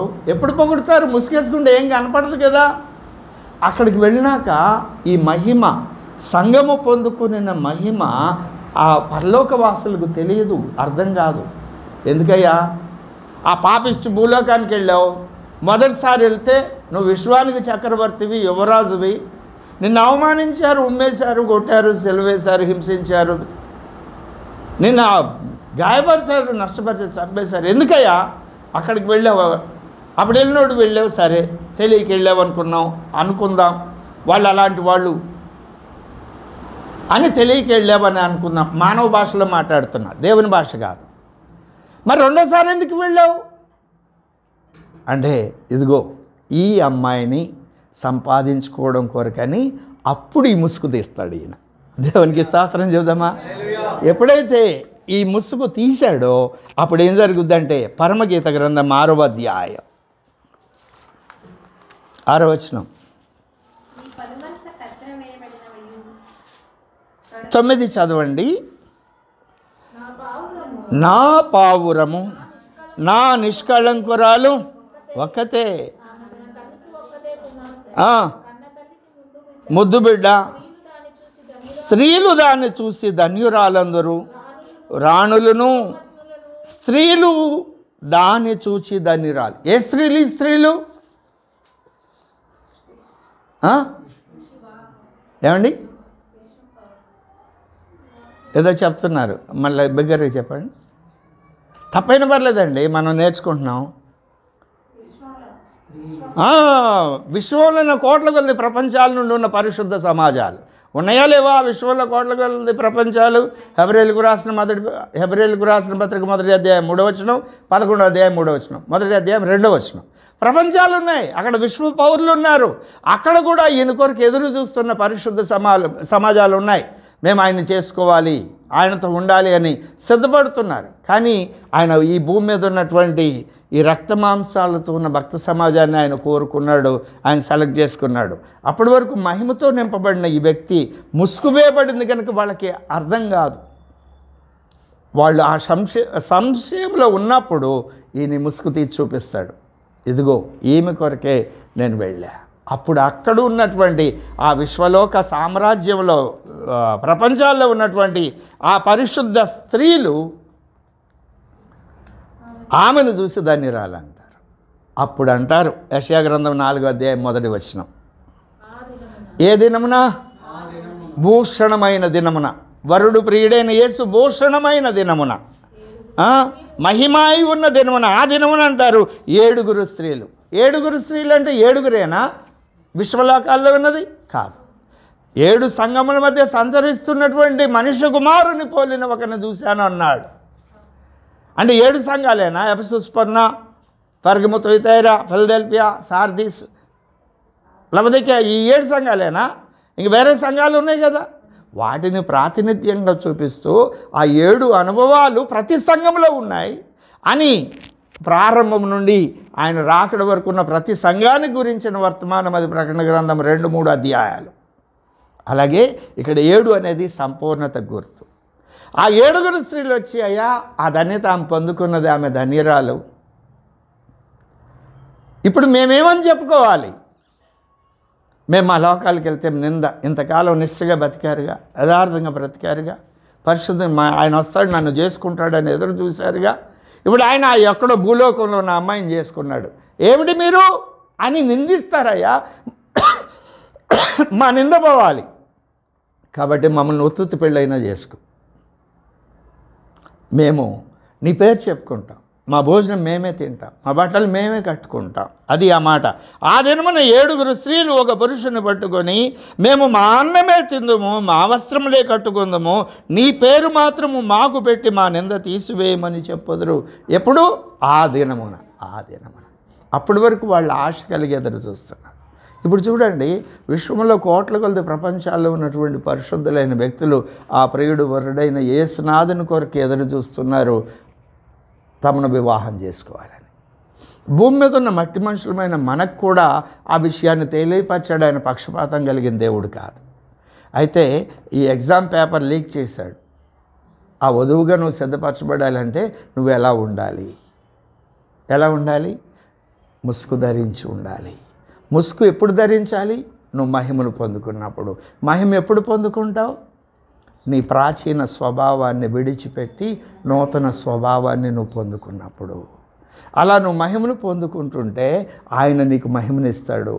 ఆ మహిమను పొందినంత మాత్రాన నీవు బయలుపరచబడకూడదు, కానీ దాని మీద ముసుగు నిన్ను నువ్వు మరుగుపరుచుకోవాలి. మరుగుపరుచుకుంటూ ఆ ముసుగులో నుండి నిన్ను నీ కణతలు చూస్తాడు, నీ దీనత్వాన్ని చూస్తాడు, నీ సాత్వికాన్ని చూస్తాడు. దేవుని యొక్క దైవిక లక్షణాలు నువ్వేం పొందుకుంటున్నావో వాటిని ఆయన ఆ ముసుగులో నుండి నిన్ను చూస్తాడు, నిన్ను పరీక్షిస్తున్నాడు. అందుకే నీ ప్రతి మాటను ఆయన లెక్క రాసుకుంటున్నాడు. నీ అడుగులు లెక్క పెడుతున్నాడు, తల వెంట్రుకలు లెక్క పెడుతున్నాడు, కన్నీటిని లెక్క పెడుతున్నాడు. ఇవన్నీ మనకు ఎలా తెలుస్తాయి? ఆయన ఆత్మ బయలుపరిస్తేనే. బయలుపరిచినంత మాత్రాన మనం ఆ మెట్లోకి వెళ్ళగలమా? లేదు. ఆ మెట్లోకి వెళ్ళాలి అంటే పరిశుద్ధాత్మ కావాలి. నడిపించబడాలి అంటే పరిశుద్ధాత్మ కావాలి. మన హృదయంలో ప్రతి విభాగంలో కూడా ఆయన అధికారానికి మనం లోబడినప్పుడు, పరిశుద్ధాత్మ దేవుని అధికారానికి మనం లోబడినప్పుడు ఆత్మ మనల్ని ఆ సారూప్యంలోనికి చెప్తుంది. కేవలం మనం వాక్యము జ్ఞానము నేర్చుకుంటే సరిపోదు, అది క్రమబద్ధమైన రీతిలో ఉండాలి. క్రమబద్ధమైన రీతిలో ఉన్న జ్ఞానం ముసుగు వేయబడి ఉండాలి. కేవలం వాక్యమే అయితే నీకెక్కువ తెలుసా వాక్యము? సైతానుడికి ఎక్కువ తెలుసా? తెలుసు. తెలిసిన ఆ వాక్యము నీవు మహిమపరచబడేటట్టు నువ్వు ఉపయోగించాలి అంటే ఎఫ్సీలకు రాసిన పత్రిక 6వ అధ్యాయం 17వ వచనం చూడండి. సర్వాంగ కవచాన్ని గురించి చెబుతూ ఏమన్నాడు? 17వ వచనం.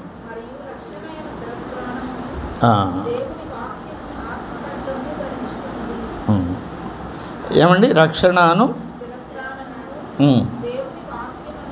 దేవుని వాక్యము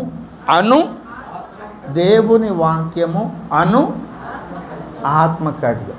వాక్యము ఆత్మ ఖడ్గంగా ఎప్పుడు మార్చబడుద్ది?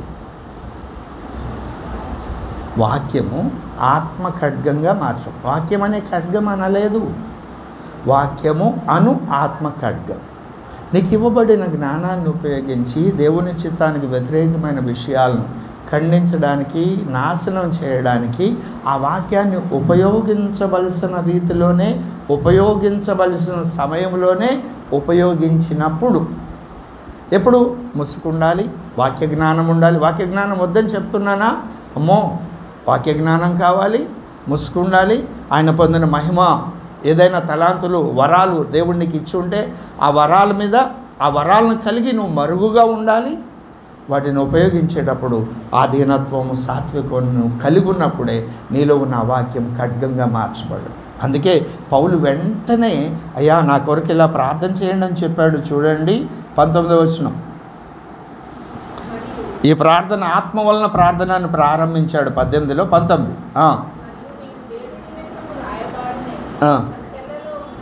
ఇప్పుడు చెప్పండి, దేని నిమిత్తం? అక్షరార్థంగా కనపడేది నశించిపోయే ఆత్మలకు సువార్త ప్రకటించడం.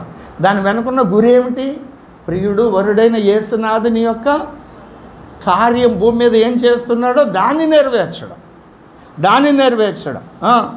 రాయవారిన ఈ సంఖ్యలలో ఉన్నాను. ఆ సువార్త మర్మము ధైర్యముగా తెలియచేయుటకు. సువార్త అంటే ఏమిటి? 2 దశల్లో ఉంటుంది. ఒకటి, యేసును గురించి ఎరగని వ్యక్తులకు యేసు చేసిన శిలువ యాగాన్ని గురించి అవ్వడం. 2, యేసుతో నిబంధన చేసుకున్న వ్యక్తులు యేసు సారూప్యంలోనికి మార్చబడి పెండ్లి కుమార్తెగా సిద్ధపరచడానికి అవసరమైన సువార్త.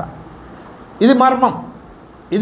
ప్రకటన 10:7 చెప్తాడు. సువార్త మర్మము, క్రీస్తు మర్మం మరుగైనప్పుడు ముగించబడుతుంది అని 7వ దూత పలుకు దినముల్లో, బోరబోదు దినముల్లో పలుకున్నప్పుడు అంటాడు. అవును కదా? ఇప్పుడు సువార్త మర్మమును ధైర్యముగా తెలియచేయుటకు నేను మాటలాడవలసినట్టుగా ధైర్యముతో మాటలాడుటకై. ఏమిటట?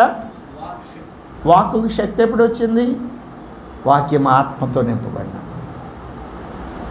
ఆత్మతో ఎప్పుడు నింపబడతాం? దేవుడు మనకిచ్చిన ప్రతి వరాన్ని, ప్రతి సామర్థ్యాన్ని మనం మరుగుగా ఉంచుకొని, అయ్యా నీవే మహింపరచబడాలి, నేను తగ్గాలి. నువ్వు హెచ్చవలసిన వాడు, నేను తగ్గవలసిన వాడిని. అని మనం తగ్గించుకొని ఆయన దగ్గర కన్నీరు విడిస్తే ఆ ముసుగు అలా కాపాడుకోగలిగి ఇక్కడ ముసుగు ఉండాలి, అక్కడ ఆయన ముసుగు తీసిందాక మనము తీయకూడదు. పరలోకం వెళ్ళిపోయాం కదా అని అక్కడ తీయకూడదు, అక్కడ ఆయనే తీయాలి. ఇప్పుడు పరలోకం వెళ్తాం, వెళ్ళగానే ఏం జరుగుతుంది? కొరింథీయులకు రాసిన 2వ పత్రిక 5:10 ప్రకారం న్యాయపీఠం ముందుకు వెళ్తాం. ఆ తర్వాత విందు ఎప్పుడు జరుగుతుంది? వివాహం. ఈ మధ్యలో టైం ఉందా లేదా? ఈ టైంలో మనం ముసుగు తీయద్దు.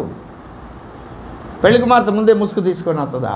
అంత కష్టపడి ముసుగేసుకొని వచ్చినాక దైవ సేవకులు చెప్పాల్సిన విషయాలన్నీ చెప్పినాక అప్పుడు సేవకులు వాళ్ళిద్దరు నిలబెట్టి అబ్బాయి ముసుగు తీయంటారు. తీసినాక అప్పుడు చూసిన అమ్మాయి ఈ అమ్మాయి మళ్ళీ ఏమైనా అమ్మాయిని మార్చారా అని అడుగుతాడు నవ్వుతూ. అవునా కదా? అలాగే ప్రభు ముసుగు తీసే వరకు కూడా మనం మరుగ్గానే ఉండాలి. భూమి మీద మరుగ్గా ఉండాలి, పరలోకంలో మరుగ్గా ఉండాలి. మనకు అప్పగించిన పని నమ్మకంగా చేయాలి. దాని కొరకు మన ప్రాణాన్ని పణంగా పెట్టి అలాంటి సమర్పణ ఒక ప్రయత్నం మనం చేస్తున్నాం. దేనికి? ఆత్మచేత నింపబడడానికి, ఆత్మచేత నడిపించబడడానికి, ఆత్మవశులం కావడానికి. ఆ ప్రయత్నంలో కన్నీరు విడుస్తున్నాం, ప్రార్థన చేస్తున్నాం. ఒక భక్తుడు చెప్తున్నాడు, పరిశుద్ధాత్మాభిషేకం కొరకు తన రక్షణ పొందినాక కొన్ని సంవత్సరాలు ప్రయత్నం చేశారట. ప్రపంచ ప్రఖ్యాతిగాంచిన దైవ సేవకుడైన ఈజీఎస్ దినకరన్ గారు. ఎక్కడ ఆత్మకు సంబంధించిన కూటం జరుగుతుందంటే అక్కడికి పరిగెత్తుకుంటూ వెళ్ళిపోయేవారట ఆయన. చివరికి చాలా సంవత్సరాల తర్వాత ఆయనకు ఆత్మ అనుగ్రహించబడింది. ఆ భక్తుని సాక్ష్యం అండి. మనం ఒక పూట చేసి, ఒక నెల చేసి, 50 రోజులు చేసి నేను ఎంత నిష్టగా ఉన్నా ఇవ్వలేదు. కాదు. ఆయన మన హృదయాలను తరించి చూస్తున్నాడు, పరిశీలనగా చూస్తున్నాడు. ఈ వర్తమానాలు ప్రారంభించినప్పుడు మొట్టమొదటి వర్తమానంలో ఏం చెప్పాను? దేవుని ఆత్మ ఎవరికి ఇవ్వబడుతుంది? దప్పిక. యెషయా 43:3లో చూపించాను. రెండవదిగా దీనత్వం. మూడవదిగా ప్రార్థన. నాలుగవదిగా కొరింథీయులకు రాసిన మొదటి పత్రిక 1వ అధ్యాయం 5వ వచనంలో చూపించాడు. వాక్యం అక్కడ చాలా స్పష్టంగా ఉంటుంది చూడండి. ఇట్లా అనేక విషయాలు చెప్పాను, మీరు అవి మర్చిపోవద్దు. లాస్ట్ పేజీలో రాసుకోవాలి అవి. మర్చిపోతారు. మర్చిపోయేటట్టు చేసేవాడు ఒకడు ఉన్నాడు, దుర్మార్గుడు. క్రీస్తును గూర్చిన సాక్ష్యము అంటే ప్రతినిత్యము ఏముండాలి నీ హృదయంలో? నేను ఎన్నిక లేని వ్యక్తిని, తృణీకరించబడిన వ్యక్తిని, అలాంటి వ్యక్తిని పరలోకంలో ఉన్న దేవుడు తన సింహాసనాన్ని వదిలి నా యొద్దకు వచ్చి నా పాపం నుండి, శాపం నుండి విడిపించడానికి సెలవులో బలియాగమయ్యాడు. నన్ను తన కుమార్తెగా చేశాడు. నేను లోబడి కొలది ఆయన సారూప్యంలోనికి నన్ను మారుస్తాడు. ఇది క్రీస్తును గూర్చిన సాక్ష్యం. తర్వాత ఆయన యందు మీరు ప్రతి విషయంలోనూ అనగా సమస్త ఉపదేశములోను, జ్ఞానములోను, ఇది నాకు తెలియదు అనే ప్రశ్న ఉండకూడదు. అలాగని బైబిల్ అంతా తెలుసుకోవాలని నేను అనడంలా. నీ జీవితంలో ఎదురయ్యే ప్రతి సమస్య, అవసరత, శోధన, దానికి లేఖనం ఏం చెప్తుందని వెతకాలి. అలా వెతికారు, వాళ్ళు ఐశ్వర్యవంతులయ్యారు. ఐశ్వర్యవంతులు అంటే వాళ్ళ అవసరత కంటే ఎక్కువ జ్ఞానాన్ని కలిగి ఉన్నారు. ఆ తర్వాత ఏమన్నాడు? ఐశ్వర్యవంతులైరి గనుక దాన్ని రౌండప్ చేసుకోమన్నా. గనుక ఏ కృపావరమునందు లోపం లేక, అంటే అవి లేకపోతే నా మాట అర్థమైందా? ఇలా అనేక విషయాలు చెప్పాను, అవి లాస్ట్ పేజీలో రాసుకోండి. దైవ సేవకుల ద్వారా మరికొన్ని విషయాలు చెప్పబడ్డాయి, అవి లిస్ట్ అవుట్ చేయండి. అవన్నీ ప్రతినిత్యం ఒప్పుకోవాలి, ప్రభు దగ్గర సరి చేసుకోవాలి. అప్పుడు దేవుని ఆత్మను పొందు కదా. నాకు చదువు లేదు కదా, నిజమే, పరిశుద్ధాత్ముడు జ్ఞాపకం చేస్తాడు.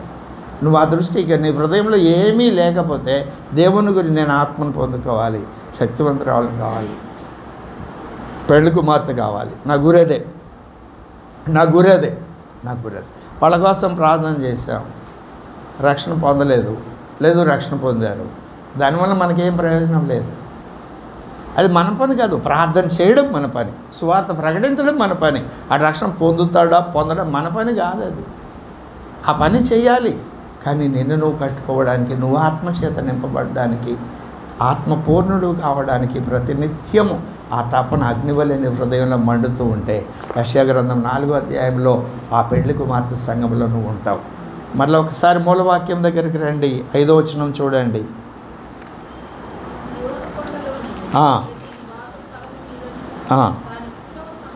ఇది ఇజ్రాయేలీలకు సంబంధించిన మాట. అది మహిమ అంతటి మీద వితానముండును. 6వ వచనం, పగలు ఎండకు నీడగాను గాలివానకు ఆశ్రయముగాను చాటుగాను పర్ణశాల ఒకటి ఉంది. రిబ్కా గారిని తీసుకొచ్చాడు ఎలియాజర్ గారు. అమ్మగారు ఊరికి వచ్చింది. దూరం నుండి చేలో నుండి ఒక పురుషుడు వస్తున్నాడు, ఎవరు అతను అని అడిగింది. అప్పుడు అమ్మగారు ఒంటి దిగేసి, ఆవిడికి అర్థమైంది ఇప్పుడు దాకా ఆయన గురించేగా చెప్పాడు, ఇప్పుడు మనం చనిపోయేదాకను ప్రభు వచ్చేదాకను ఆయన గురించిన ముచ్చట్లేగా మనం చెప్పుకుంటుంది. ఆయన చూడగానే మనం గుర్తుపడతాం. కానీ కన్ఫర్మేషన్ కొరకు పరిశుద్ధాత్మ దేవుడిని ఆవిడ ఎలియాజర్ని అడిగినట్టు కన్ఫర్మేషన్ కొరకు ఆయన అడుగుతాం. అడగగానే ముసుకేసుకున్న ఆమె నువ్వు పర్ణశాలలోకి గుడారంలోకి తీసుకెళ్ళాడా? ముసుగు లేకుండా. నువ్వు ముసుకుంటేనే గుడారం. ఈ భూమి మీద నువ్వు ఎన్ని వరాలు పొందు, ఎన్ని సామర్థ్యాలు కలిగి దేవుని పని చేయి, ముసుకుంటేనే పర్ణశాలలోకి వెళ్తావు. అప్పుడు దుఃఖ నివారణ అవుతుంది. ఇంతకాలం ఏడుస్తున్నాం, కన్నీరు విడుస్తున్నాం, మొరపెడుతున్నాం, ప్రలాపిస్తున్నాం. ప్రభా నా జీవితం నా కొరకు కాదు, నా జీవితం నీ కొరకు. ఎలా బ్రతకాలో తెలియడంలా, ఎలా ప్రార్థన చేయాలో తెలియడంలా, ఎలా వాక్యాన్ని అర్థం చేసుకోవాలో తెలియడంలా. నువ్వు ఆత్మనిస్తే ఆ శక్తిని పొందుకుంటే నా జీవితంలో ప్రతి దినం ఏ దినానికి ఆ దినం నాకు అవసరమైన ఆ జ్ఞానాన్ని నేను పొందుకుంటాను. ఆ జ్ఞానాన్ని క్రమబద్ధమైన రీతిలో నేను ఉపయోగిస్తాను. నీవు నాకు ఇచ్చే మహిమను నేను భద్రం చేసుకుంటాను. నేను ఎవరికి కనపరుచుకోను. దేవుడు వాడుకోవాలనుకుంటే మనం భద్రం చేసుకున్నప్పుడు వాళ్ళనే మన దగ్గరికి నడిపిస్తాడు, లేదా మనల్ని వాళ్ళ దగ్గరికి నడిపిస్తాడు. అది ఆయన పని, మనం చేయాల్సిన పని. ఆయన దీనత్వం సాత్వికం కలిగి మనకివ్వబడిన పనులు ఏవైతే ఉన్నాయో వాటిని ఆయన సంతోషపడేటట్లు పరిశుద్ధాత్మ నేత్రాలతో చూస్తూ నిర్ణయాలు తీసుకుని పరిశుద్ధాత్మ సహాయంతో ఆ కార్యాలు చేస్తూ దేవుని చిత్తాన్ని మనం నెరవేర్చినప్పుడు ఆ జ్ఞానం ఉంటుంది. ఆ జ్ఞానము క్రమబద్ధమైన రీతిలో ఉన్న వ్యక్తులే. మళ్ళీ జ్ఞానం కలిగి దేవుని పని చేసిన వాళ్ళు కాదు. జ్ఞానం కూడా క్రమబద్ధ. ఏమని చెప్పాడు? నీ ముసుగు గుండా నీ కణతలు ఎలా కనబడుతున్నాయి? విచ్చిన దాడిమ ఫలం. విచ్చిన దాడిమ ఫలంలో ముత్యాల్లాగా ఆ దానిమ్మ గింజలు ఎలా క్రమంగా ఉంటాయి, ఎంత ఆకర్షణీయంగా ఉంటాయి. నీ పనులు అలాగ ఉండాలి. నేను దేవుని కొరకు పనిచేశాను కదా అని కాదు. ఏ సమయంలో ఏది చేయాలి, ఎలా చేయాలి, ఆ క్రమాన్ని కూడా ఆయన చూస్తాడు. ఎందుకంటే ఆయన కాలము సంపూర్ణమైనప్పుడు వచ్చాడు. ఎప్పుడు పడితే అప్పుడు రాలా. కాలం సంపూర్ణమైనప్పుడు సువార్త ప్రకటించాడు కదా. తన కాలం ఇంకా రాలేదు అని తను వాళ్ళకి దొరకకుండా పారిపోయాడు. ఆయన చంపబడ్డానికి వచ్చింది చచ్చిపోవడానికే, కానీ ఇప్పుడు పడితే అప్పుడు కాదు, ఒక టైం ఉంది. కాబట్టి అలాగున ఈ వర్తమాన సారాంశం ఏమిటో చెప్పండి. ఈ వర్తమాన సారాంశం ఏమిటి? ఇది ఇజ్రాయేలీల గురించి, అన్య సమాజం గురించి వ్రాయబడిన సందేశం దీనిలో ఉంది. ఇందులో కీలకమైన 4వ వచనం, దహించు అగ్ని తీర్పు తీర్చు ఆత్మ వలన సియోను కుమార్తెలకున్న కల్మషం. మనం ఎక్కడ కడుక్కుంటున్నాం? తీర్పు తీర్చు ఆత్మ, మీకు మీరే తీర్పు తీర్చుకోండి. 11:28 కొరింథీయులకు రాసిన మతం. మనకు మనం తీర్పు తీర్చుకున్నప్పుడు ఆయన ఆత్మ మనల్ని ప్రభువా ఈ చెడ్డ పని నాకు వద్దు, చెడ్డ ఆలోచన కడుగుతాడు. అలాగూ మనం తగ్గించుకునే కొలది ఆయన దీనత్వాన్ని సాత్వికాన్ని మనకు నేర్పుతాడు. అంతేకాదు మనకు అప్పగించిన పనులు క్రమంగా చేయడానికి అవసరమైన జ్ఞానాన్ని, ఎప్పుడు దీనత్వం సాత్వికం ఉన్నప్పుడు ఆ జ్ఞానాన్ని ఇస్తాడు. అది ఒక క్రమబద్ధమైన రీతిలో చేయడానికి కూడా ఆయనే సహాయం చేస్తాడు. ఈ క్రమబద్ధమైన రీతిలో దైవ కార్యం మనం చేస్తూ ఉన్నప్పుడు దేవుడు మనల్ని తన మహిమతో నింపుతాడు. కొరింథీయులకు రాసిన 2వ పత్రిక 3:18. ఆ మహిమను చూడు, నేను ప్రార్థన చేస్తే వీళ్ళకి ఎంత గొప్ప మేలు జరిగింది, నేను చేయబట్టే. లేకపోతే అంతకుముందు ఎక్కడెక్కడ తిరిగి అంత పెద్ద పాస్టర్ కూడా వల్లగాల. దేవుడు మనమంటే ఏమనుకుంటున్నావు? ముసుగులేనోడే. అక్కడ ఛాన్స్ పోగొట్టుకుంటున్నాడు ఆ భక్తుడు. భద్రపరుచుకోవాలి. దేవుడు నిన్ను ఏదైనా వరం ఇచ్చి వాడుకుంటే ప్రభువా నీ దయ మరుగుపరుచుకో. అవసరత ఉన్నప్పుడు అవసరత ఉన్న వ్యక్తిని నీ దగ్గరికి నడిపిస్తాడు. ఆ ముసుగు లేకపోతే ఒక ప్రార్థన చేసేవారం, పాటలు పాడేవారం, స్వస్థత వరం, అద్భుతాల వరం, బుద్ధివాక్యం, జ్ఞానం, ఇవన్నీ వరాలు. అవన్నీ ఇచ్చాడు. మనం వాటిని ఉపయోగించాలి. ఎలా ఉపయోగించాలో రాబోయే తరగతుల్లో చెప్పుకుందాం. కాబట్టి మనం ముసుగు వేసుకోవాలి, మహిమను పొందుకోవాలి. మహిమను పొందుకోవాలంటే దీనత్వం, సాత్వికం. ఆ తర్వాత మనకు అప్పగింపబడిన పనులు చేయాలి అంటే జ్ఞానం కావాలి. ఆ జ్ఞానం చొప్పున క్రమబద్ధమైన రీతిలో మనం ఆ పనులు చేయాలి, అది మనల్ని ఆయన చూస్తాడు. ఈ భూమి మీద మనం మరుగ్గా ఉండాలి, అక్కడ కూడా మరుగ్గా ఉండాలి. ఎప్పటి వరకు? ఆయనే వచ్చి ముసుగును తీసేవారు. ముసుగును తీస్తే అప్పుడు విశ్వలోకమంతా చూసి ఆయన పట్టమహిషి ఈవిడ అని ఆయనను ఎంత గౌరవిస్తుందో గణపరుస్తుందో ఈ పెండ్లి కుమార్తెను కూడా అంతగా గౌరవిస్తుంది, గణపరుస్తుంది. అప్పుడు ఆ సింహాసనం మీదకి ఆయన మనల్ని తీసుకువెళ్తాడు. అక్కడి నుండి ఆయన పర్ణశాలలోకి మనల్ని తీసుకువెళ్తాడు. అక్కడ 87వ కీర్తన నెరవేర్పు ప్రారంభమవుతుంది. అందుకొరకే మనం భక్తి చేస్తున్నాం. దీని కొరకు కొన్ని వేల రూపాయలు, ₹1,00,000 కంటే ఎక్కువ ఖర్చు అవుతుంది. 7 వారాల ప్రార్థన, అన్ని కార్యక్రమాలు. నా దగ్గర ఉండి కాదు, దేవుడు నాకు ఇస్తున్నాడు. ఏ దిక్కు నుండో ఇస్తాడు. అది నాకు సమస్య కాదు, అది నాకు సమస్య కాదు. నా బిడ్డలందరూ ఆ వధువు సంఘంలో ఉండాలి. ఎందుకంటే వాళ్ళు నాకు అప్పగింపబడిన బాధ్యత. వాళ్ళు వింటారా, వినరా, లోబడరా పని నాకు కాదు. నేను పని చేసుకుంటూ వెళ్తా, నాతో కలిసి పని చేసేవాళ్ళు ఆ దారిలో నడుస్తారు. నడవని వారు ఏ కారణమైనా చెప్పి రాలేకపోతే అది వాళ్ళ లెక్క వాళ్ళు చెప్పుకుంటారు. వాళ్ళ గురించి నేను ఎందుకు దుఃఖపడాలి? అయ్యో, ఈ మేలు పోగొట్టుకుంటున్నారనే బాధ తప్ప, ఈ అవకాశాన్ని పోగొట్టుకుంటున్నారనే బాధ తప్ప ఇంకే బాధ నాకు ఉండదు. ఆ ఒక్క చింతే, సంగముల కొరకు చింతే. కాబట్టి ఆ భారాన్ని మీరు అర్థం చేసుకుంటే, ఆ దర్శనాన్ని మీరు చూడగలిగితే, సన్నిధిని విడిచిపెట్టి ఒక్క పూట కూడా, దైవకార్యం జరుగుతున్న ఒక్క పూట కూడా దూరంగా ఉండరు. ఎన్ని ప్రాముఖ్యమైన పనులున్నా ఆ పనులు గొప్పనా, ఈ పని గొప్పనా? ఆ పని ఈ పూట కాకపోతే ఇంకో పూట చేసుకోవచ్చు కదా. ఈ పాస్టర్ గారు నేను రమ్మన్లా, ఇవాళ నేను రమ్మన్నాను, మామూలుగా నేను రమ్మన్లా. నేను తెలుసుకోవాలి, నేను నేర్చుకోవాలి. ఆయన పోస్ట్ గ్రాడ్యుయేట్ స్టూడెంట్ అండి, సువార్తకుడు, చిల్డ్రన్స్ మినిస్ట్రీలో బలంగా చేస్తున్న, దేవుని చేత వాడబడుతున్న వ్యక్తి. నేను నేర్చుకోవాలి అతనిలో ఉన్నటువంటి ఆ దైవిక లక్షణం. నేను ఆయన పొగడ్డం లేదు, వాస్తవ పరిస్థితి చెప్తున్నా. మరి మీకు ఉచితంగా అనుగ్రహించబడుతుంటే మీరు ఇంకెంత సమర్పణ, డెడికేషన్ కలిగి ఉండాలి? ఆలోచించుకోండి. ప్రేమతో ఈ మాటలు చెప్తున్నాను. మీరు ఏం చేయగలరో అది చేయండి. ఈ చిన్న చిన్న విషయాలు, అశ్రద్ధ, అనాలోచితంగా ప్రవర్తించడం, అజ్ఞాన కృత్యములు అంటారు వాటిని, దానివల్ల కూడా దేవుని ఆత్మను పోగొట్టుకుంటాను తెలుసా. అలా చేయొద్దు. మెలకువ, చురుకు కలిగి. యోహాను రాసిన 3వ పత్రికలో ఏమన్నాడు? దైవ సేవకుడిని అంగీకరించలా, అవునా? సంఘంలో చేర్చేవాళ్ళని చేర్చలా, చేర్చేవాళ్ళకి అడ్డుగా ఉన్నారు. దేవుని ఆత్మను ఎలా పొందుకుంటా చెప్పారా లేదా సేవకులు? కాబట్టి తోటి వారిని పిలుచుకొని రండి. ప్రభువా, నా కోసం కాదు, నీ కోసం, నీ పని నువ్వు చేయి. దేవుడు తగిన టైంలో దేవుని ఆత్మ వశుణ్ణి చేసుకుంటాడు. ఆయన పనిలో నిన్ను వాడుకుంటాడు. ఏం చెప్పరు? ఇక్కడే ఉన్నారా? దేవునికి స్తోత్రం చెప్దామా? ప్రార్థన చేసుకుందాం. దేవుడి ఈ మాటలు మనం వెనుకళ్ళు దీవించి ఆశీర్వదించుకుందాం. ఆమేన్. అందరము ప్రార్థన చేసుకుందాం.